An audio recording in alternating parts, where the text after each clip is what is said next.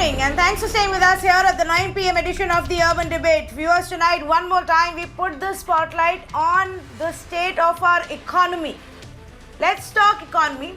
Let's actually talk about the future for you and me, and our jobs, and our salaries, and our country's growth, our own spending. Let's talk about that. Today, the Reserve Bank of India, after holding its biannual monetary policy review, came out and gave an exhaustive briefing on what was discussed and what its view is on a series of issues. Let me just pick out a few of those points. And while RBI cautions that a lot of this is really dependent on how we fight COVID from here on, and if we continue to be disciplined, if we continue to keep the infection contained, then perhaps things could turn around, because that's only when our economic activity will pick up. So the Reserve Bank of India is optimistic because they're saying migrant labor is returning to work in urban areas. Factories and construction activity is now seeing a little bit of pickup and revival. Online commerce is booming. People are getting back to their offices. The mood is shifting. The RBI governor says that the mood seems to be shifting from fear and despair to confidence and hope. Consumer confidence is turning. Business expectations are now becoming a bit more optimistic about what's going to happen in the future. Employment expectations are also a little bit more optimistic. The industrial sector has shown some resilience, and the agricultural sector is also showing some resilience. These are just few of the points that I've pulled out. We will take you through some of those points more as we go along this conversation. But I have very simple questions to ask our panelists. And I don't want to make it too technical for us, but I do want to know from our experts, is the worst for our jobs crisis over? Is the worst for our salary cuts and fear of a jobs loss over? Is the worst for the businesses and their quarterly earnings over? Are we beginning to see a turnaround? Have we seen a turnaround already? The Reserve Bank of India says that even though this year our economy will contract 9.6%, between January and March, it may enter the positive zone. Are we being over-optimistic? Or is there some merit to seeing this silver lining? Let's say good evening to the panelists. Professor Santosh Mehrotra, Senior Economist, joining me this evening. Prabir Jha, HR Strategist and Founder and CEO of Prabir Jha People Advisory. Mr. Milind Sarwate, Founder and CEO of Increate Value Advisors. And MS Krishnan, Chairman for the CII Committee on Industrial Relaxations and XMD of Thermax, joining me this evening. Let me actually first begin with Prabir Jha. Prabir Jha, we've seen reports now, companies making their own individual announcements that they have restored some of the salary cuts that were earlier announced during lockdown, or they're planning to do so. Some of the companies are even discussing appraisals. Is there a visible turnaround in corporate India? So, Tanvi, I think this speaks really to the gloom and despair that we saw a few quarters ago. And therefore, even these little green shoots tend to get a little more magnified. And to the extent they spring hope, I would say yes. But my overall sense is that it's still too early to read too much in these, what I still believe are isolated experiences and still very, very small symbolic shifts that I find happening. I think that we will need to watch not only the Q2 results as they start coming in, but very, very importantly, we need to watch the second half of this fiscal to be able to feel and see whether this is something which is going to cut across sectors, scale, and possibly companies which are not only dependent on domestic demand, but also have a huge global client or consumer base. So I think it's still very early, but yes, there are some small examples of companies trying to get to do some more hopeful things, but to me, it's more magnified in the context of the challenges that we went through. But it's still very early, and I would rather say this is very cautious optimism at its best. Cautious optimism, a phrase that has actually become a favorite amongst even many corporates, Mr. Prabir Jha, and you're using it tonight on the show is very interesting. But I do understand, what you're saying, and I agree with you. Perhaps we had hit such levels of rock bottom that from there everything does look a lot better than what it may actually be. Professor Santosh Mehrotra, would you agree with that view? Well, let's look at the overall statement. The overall statement of the RBI is that we will contract by 9.6% in this fiscal year. Now, suppose in the next fiscal year, meaning FY22, we were to grow by 5%, that would still be not bringing us back to the level of 1920. We would have to grow at 10% in FY22 to bring us back to the 1920 level. Please try and appreciate the meaning of a contraction. And since we've not grown at 10% for, for a very long period of time, there is little hope of our even returning to 1920 level next year, which means the earliest we might hope for a positive growth and therefore a possible return is FY23. So let's look at this in this perspective. The implication for your larger question about jobs we can come back to, but the implication is so obvious that I don't even have to say anymore.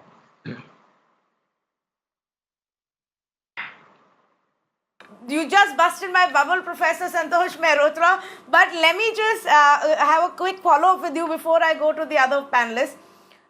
For our viewers to understand, if you can just simplify this, to say that we contracted at about 24%, contracted 24% in the first quarter, and for the year the GDP growth will be negative 9.5%, but we may be in the positive zone in January to March. What does that mean to be in the positive zone between January to March? What are we comparing ourselves to? If you can simplify that for our viewers. Absolutely. I'll simplify it. You are comparing yourself to January to March of 2020, of this same calendar year. That's what you are comparing yourself to. In other words, that's all. Now, point is that overall in the year, we would have continued to contract both in the quarter just ended in September as well as the next quarter. So that's why the RBI is saying we are going to contract by 9.6% in the year. And I'm saying in the next year, you have to grow at 10% to come back to 1920 level. But we've not grown at 10% for 6, 7, 8 years, 10 years. We've never grown at 10%. So under current circumstances, with the pandemic still raging, with no vaccine in sight just yet, there is very little hope. There is just no question about it. And let me just say, since I've mentioned the vaccine, India has about 150 million children under the age of 5 that need to be vaccinated. You and I don't get ourselves vaccinated, only children get vaccinated. Of the 150 million, only 65% actually get vaccinated in a normal year. Now, this vaccine has to be administered to 1.34 billion people. When in a normal year, we cannot administer a vaccine to more than 100 million children, how are we going to administer a vaccine within 1 year at best to 1.34 billion people? Have we begun to think about that? No, you are absolutely right. We won't. Absolutely right. In fact, Professor Mehrotra, I have often here on this show told my viewers that, we have to keep telling ourselves that even if a vaccine gets discovered tomorrow or somebody gets an approval tomorrow in any part of the world or in our own country, it's not an overnight solution. It's going to be a long, long journey before people, the common man in our country, is actually able to get their hands on this vaccine or is vaccinated, and a large population of you. You're very right, and we've had detailed conversations on it. Since you raised that point, let me actually also read out to our viewers what the Reserve Bank of India has to say. Now, while they did seem a little more optimistic and said we are seeing these, a little turnarounds, they did also point out that all of it depends on how we tackle our COVID war. Because if COVID starts to spike again and we have to again start shutting down economic activity, then that's not really going to help us. So listen to this. The Indian economy is entering into a decisive phase in the fight against the pandemic. Relative to pre-COVID levels, several high-frequency indicators are pointing to easing of contractions in various sectors of the economy and emergence of impulses of growth. Rather than enumerating them, I have, in the interest of time, set them out, and those are the details that we are running on our screens. By all indications, the deep contractions of April to June time period are behind us. Silver linings are visible in the flattening of the active caseload curve. Barring the incidence of a second wave, India stands poised to shrug off the deathly grip of the virus and renew its tirist with its pre-COVID growth trajectory. So a lot of this actually depends on us not actually looking at another peak or us managing to really flatten the curve. The debate is still, open on that one. But Mr. Milind Sarwate, what's your own sense? Are we seeing some kind of a pickup? Festival season usually becomes a very good indicator of just how down and out the sentiment is. So firstly, Tanvi, good evening, and thanks for calling me on this show. I feel that we should not treat this issue like a mathematics lesson. Numbers are attractive, but they're deceptive. Sometimes they can be very insidious also. I feel there are nuances of GDP, what it means to the people in the country. And to that extent, I feel the numbers that the Reserve Bank has dished out could be simplifying the issue quite substantially. I feel that whether we reach -9% or -12% or -6% by the end of the year is not as important as what are the nuances of this GDP fall on the various parts of the country. To my mind, there are going to be many structural changes that this pandemic is going to cause. Some of the shifts it is going to accelerate. Those changes were already there. For example, first of all, our country has believed in an employment economy. So a large part of the urban parts of the country and even a rural part to a significant extent is based on employment. To my mind, the uncertainty caused by pandemic and the one-time shock that most industries have got, or even agricultural operations have got to that extent, that will result in shortening of the employment perspective. I think we might move to a gig economy kind of a scenario, that those signs are already visible. For example, I can see very clearly in the IT companies that they look at gig economy access as one of the ways of recruiting people. What it would mean is that the perspective will go down. There will be greater uncertainty about future employment and future income. Also, there may be periods when individuals remain unemployed until they get the next job. The contractual part of the employment will also go up as compared to permanent employment, so to say. So I think this is going to have an impact, whether we grow by -9 or +9. I feel at the ground level, this is a change. This might be alleviated in parts by the new labor code, and it may be accentuated by some parts of the labor code. So I feel to that extent, we have to see what exactly this will mean. The redeeming features of the situation obviously are three positives that I see. One is that the rural sector is doing well, led by agriculture. Fortunately, we have continued to have a good monsoon for the second year running. We have done well on agricultural front. Secondly, the digitization of the country, which had started in some way, has got accelerated hugely.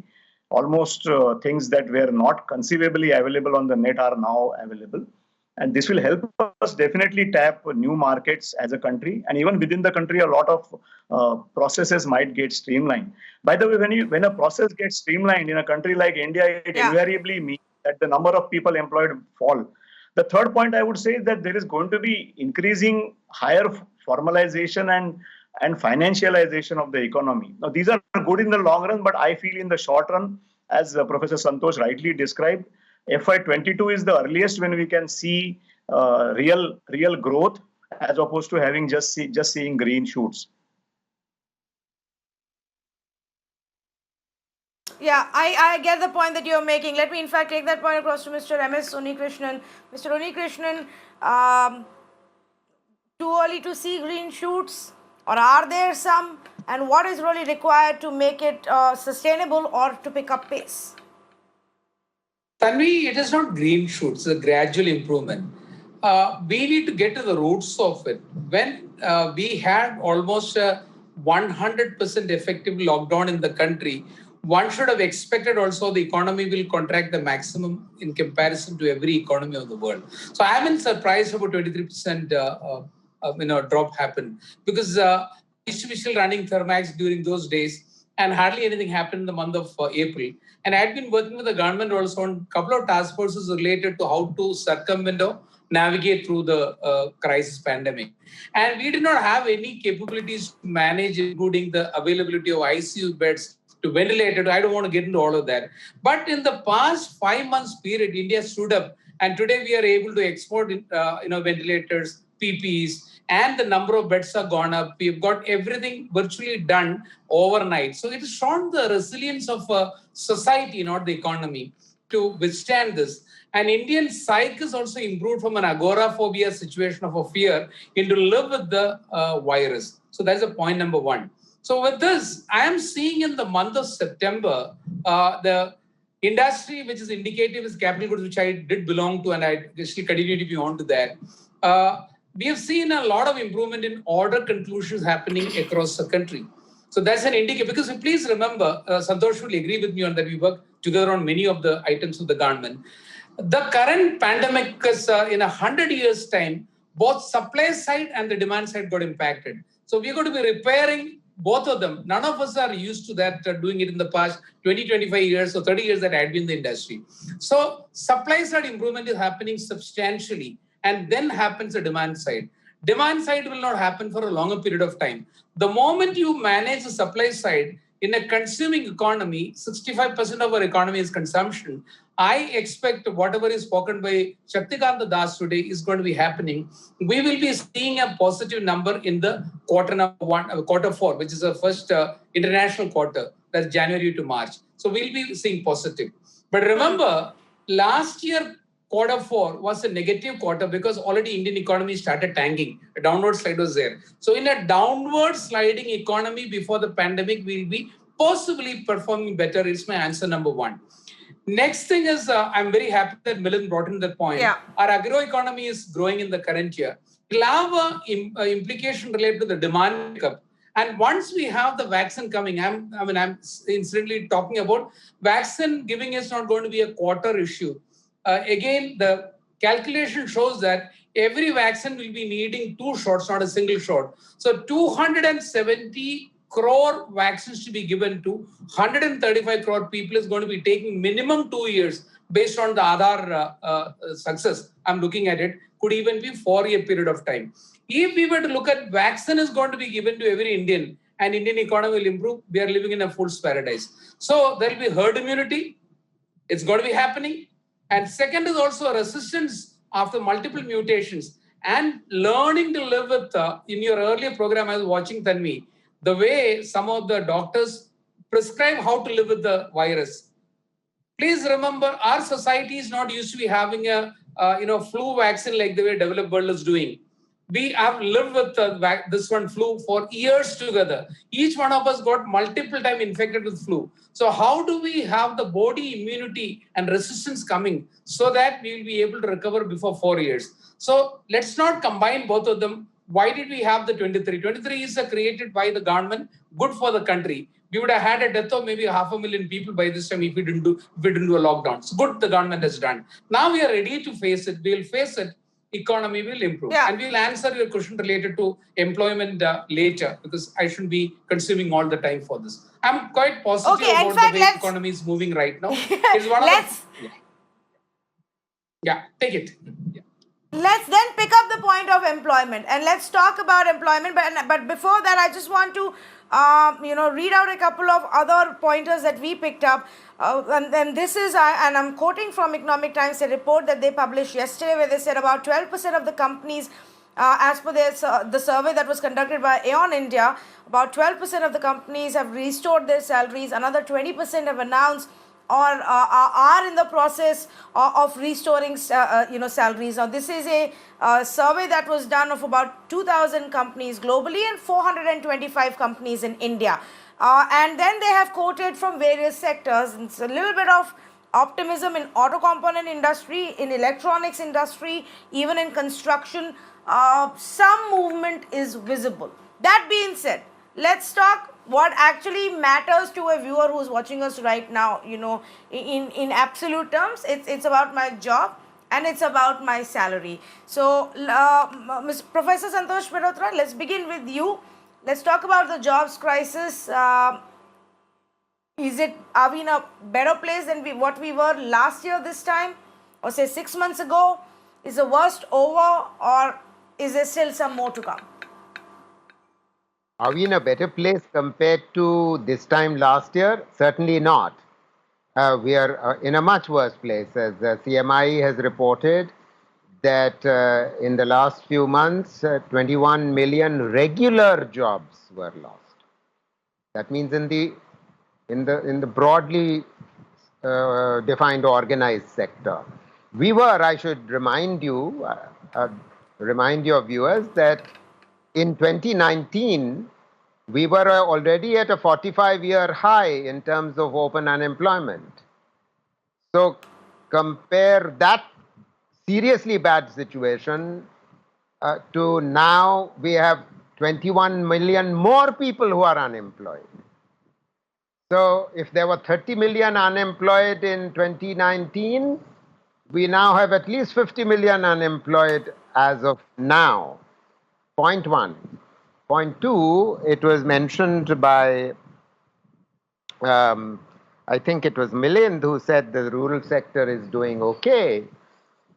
Yes, the monsoon has been good, but look at the exogenous shock that the rural sector has suddenly received after millions of migrant workers went back.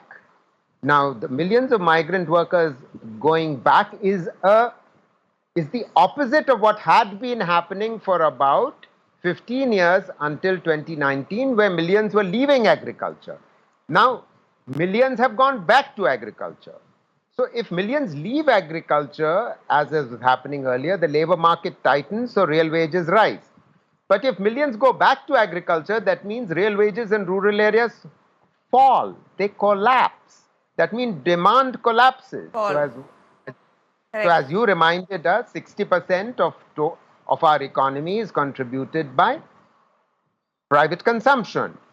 Now, if rural wages collapse and 70% of our population is living in rural areas, then you can imagine what happens to overall demand. So in this situation, it's absolutely critical that action is needed to stimulate demand, and we can come back to that later. Okay. In fact, Mr. Milind Sarvate, do you want to comment on this? You have a large amount of experience when it comes to the rural market, and even the basic demand. The fact that a great crop season and a good set of monsoon may not be translating on ground to good money in the hands of the people in rural India. Can that become a concern? Yes and no, because to my mind, the migrant labor going back is distinctly a problem. But to what extent it will disrupt the rural economy and exactly which parts of the country is debatable. So there will be parts of the company, especially the North Indian, as it is sometimes wrongly called the cow belt, that might get impacted to a large extent, but the rest of the country may or may not. I feel that it all depends upon how corporate India or industrial India is able to tap into the agricultural bounty that we have got for 2 years running. The government has handed over a large part of growth in the rural area to the corporate sector, especially after the new farm policy. I think there will be, by the time we are able to understand and implement the policy, there may be more opportunities of employment in the rural areas. But to my mind, the larger and the more visible problem of employment is in the urban space. I would also want to point out two other areas which are related to the employment in some way and which could have a longer term impact on the country, both socially as well as economically. One part I would say is that because of the lockdown, I think there has been a serious impact on how women were being employed, especially in urban areas. I think women employment has definitely fallen disproportionately more than male employment. And I think the same case may be there in the rural areas also, because as the migrant labor also goes back, it will have an impact on the women employment over there. The second point I would say, and this is less of an employment issue, more of a macro demographic issue, is that the education sector has suffered drastically. I think people like us can easily say that the education can move entirely to an e-platform, but that may or may not happen for the bottom of the pyramid in the country. And that impact of less education, less opportunities of skilling, I think is going to impact employment in the long run. So I feel that demand generation through government fiscal benefits is one way of raising demand and therefore raising the supply and therefore creating employment. By sheerly because of agriculture being good, you may or may not get that benefit. Okay, fair enough. Some interesting points raised by you there. Let me go back to Mr. Unikrishnan on that before I bring in Prabir Jha. Mr. Unikrishnan, let's talk a little bit more about employment and the sector that you represent. To what extent are we now seeing bringing people back and giving them jobs after that lockdown? I'll do that. Can you just give me 1 minute just to give a clarification to the point related to the rural sector? Because that's a very relevant ground level information I have to give it to you. In the capital goods sector, in the last 3 months, especially I'm talking about the second quarter, July, August, September, if orders got concluded for equipments, it is in the food and processing sector. So when Milind mentioned about, what will be the ramification of it, I have a very strong opinion that investments even during lockdown had been happening in the agro processing sector and food processing sector, and things would improve. And I have a very strong opinion on that. Post-pandemic, we will certainly be playing a major role related to the global trade related to processed food. This is my opinion on that. I'm not talking about non-vegetarian side, I'm talking about vegetarian side. That's point number one to talk about. Employment, yes, I fully agree with you. There are two problems in that. Number one is that recruitment has come down. Prabir will agree with me on that because overall companies are very wary to take any kind of a burden on them. So there will be a restriction of, I really pity the students who are going to pass out. Just to give you the numbers, 14 lakh engineers are going to pass out in the coming June. And I don't think even 25% of them will be getting jobs, proper jobs. Not that there will not be jobs, but companies will be wary about that. So that can be translated across the table. So there will be higher level of unemployment. One of the highest unemployment seen by the country will be seen next year and year after that. And on top of that, there will be a piling up of this happening because many of them are unable to complete their courses. Since I'm currently running the IITB Monash Research Academy, I need to be giving for research students 1 more year extra because they are unable to go to the lab. So there will be a piling of this problem multiplying in the year 22-23. So you may solve economic problem, a social problem is going to be appearing. So that is going to be there. And I'm sure people like Prabir will have to think about how we are going to manage. Yeah. No, there are definitely many larger social impact, and repercussions that we've not even started thinking about. And I think over the next 1 year, it will, slowly begin to emerge, and we will have to tackle them as they come along. But Prabir Jha, again, it's a very simple question. As far as employment is concerned, should I still be scared and about losing my job? Do I have options outside? Or is it still the same as it was, say, a couple of months ago? It is a very simple question, Tanvi, but unfortunately the answers are not as simple, right? And I must compliment my Yes. fellow panelists. I think they've brought a lot of appreciation on the structural shifts that are happening. And the answer actually lies in some of these structural nuances that are happening: rural, agrarian, intersectoral.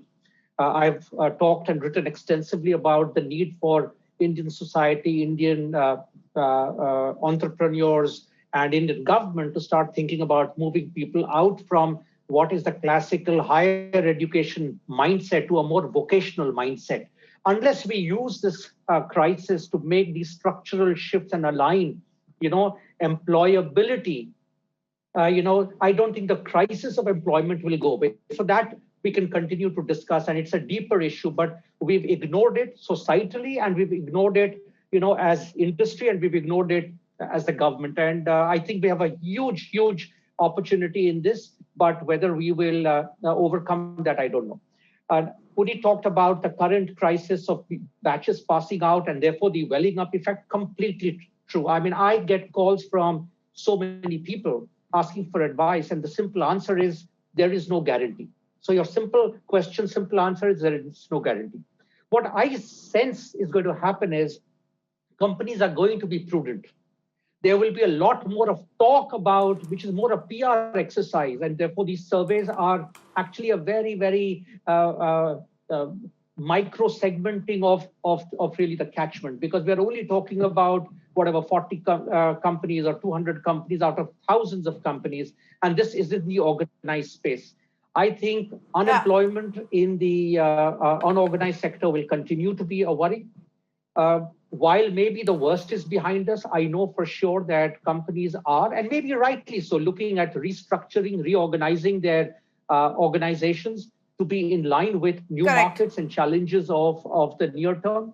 So there will be load shedding. I think there is an opportunity of skill adjustments that are happening. So there will be across both tenure and age demographics and education and experience demographics, a big shuffle happening. And therefore, one is an issue of some jobs and some skills actually getting the value of a higher price, because I don't think I see everyone going on a discount. But at the same time, I do hear a number of people who are willing to take a 50%, 60% cut in salaries to get a job which is safer. And unfortunately, today, there is no safe job. So I think this practical reality. No, and I think the environments become like that, Prabir, where people are right now, in many cases, just willing to take what comes as long as they know there is some certainty and stability. And I think the point that you raised merits another conversation that we should soon have about the changing businesses, the changing structures, and how a lot of that actually means that many people would be let go of, or if they haven't already been let go, and those jobs may actually never come back. That's how the COVID era has impacted us. Companies have found different ways of functioning, which in many examples has meant fewer people as well. That's a conversation we'll keep for another day. I thank all of our panelists for joining us and for very honestly, giving their view on where we stand. Viewers, remember this. There may be some signs of activity picking up, but we had gone down so badly and hit a rock bottom so deep that it is going to be a long journey to the kind of levels of business activity and progress and development and money that we were making, say, 3 years ago. It's going to take a really long time to get there. Thank you so much for joining us on this conversation.